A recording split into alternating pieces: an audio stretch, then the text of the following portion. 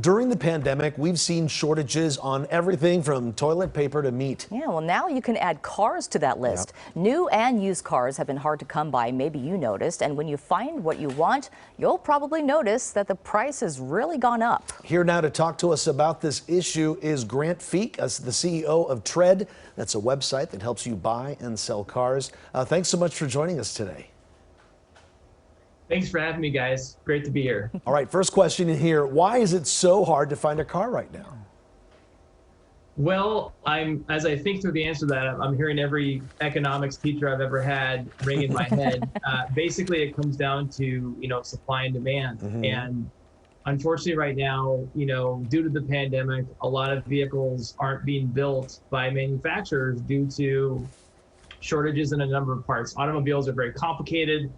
Hundreds and thousands of parts are involved in each of these cars. Suppliers are literally located around the world, and each country is on its own schedule in terms of dealing with the vaccine, dealing with the virus. And so as a result, not a lot of cars are being built, not a lot of vehicles are being delivered to dealerships. And then, of course, on the flip side, you have a lot of things that are really driving demand. So, low interest rates, stimulus, federal stimulus, people just understandably wanting to get back into travel and going places domestically with their families and experiencing the country. So there are a lot of things making people want cars, and there aren't a lot of cars available. So these things sort of mix, and the result is soaring prices, which we've seen as high as 50% increases in the last 12 months or so, and mid-single digit increases in just the last single month. So it's a wild time right now to be a car buyer for sure. Grant, how long do you anticipate this shortage will last?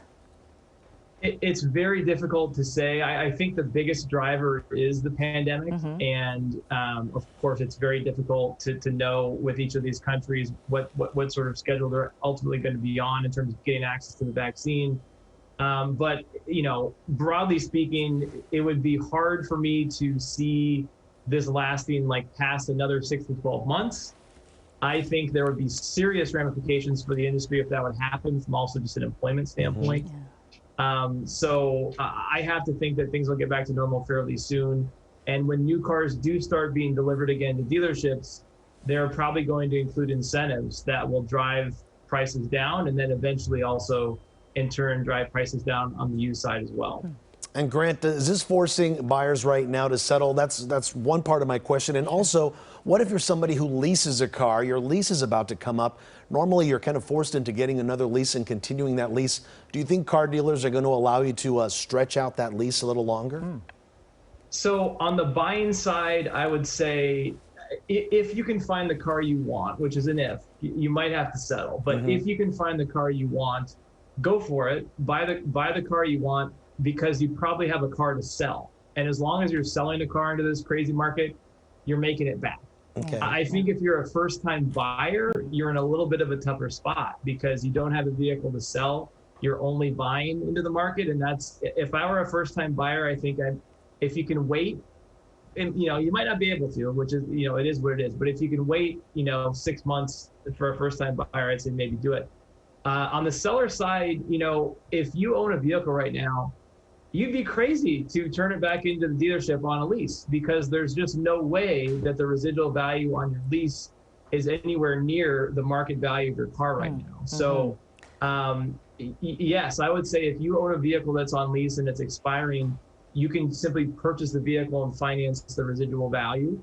That's probably a simpler way to go about it than to extend the pre-existing lease. But yeah, don't turn your if you have a lease, don't turn it into the dealer right now, because it's worth more than the residual value for sure. Well, Grant, we've also been talking about sticker shock, of course. Are the higher prices really justified, or are buyers just being taken advantage of right now?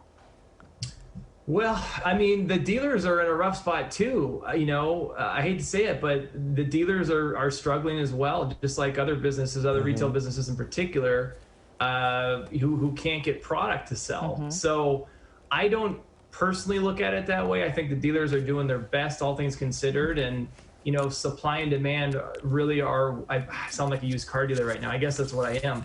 But supply and demand really drive the market. And if you have a vehicle that that you have 10 buyers will show up in your lot that day to come buy, Sure.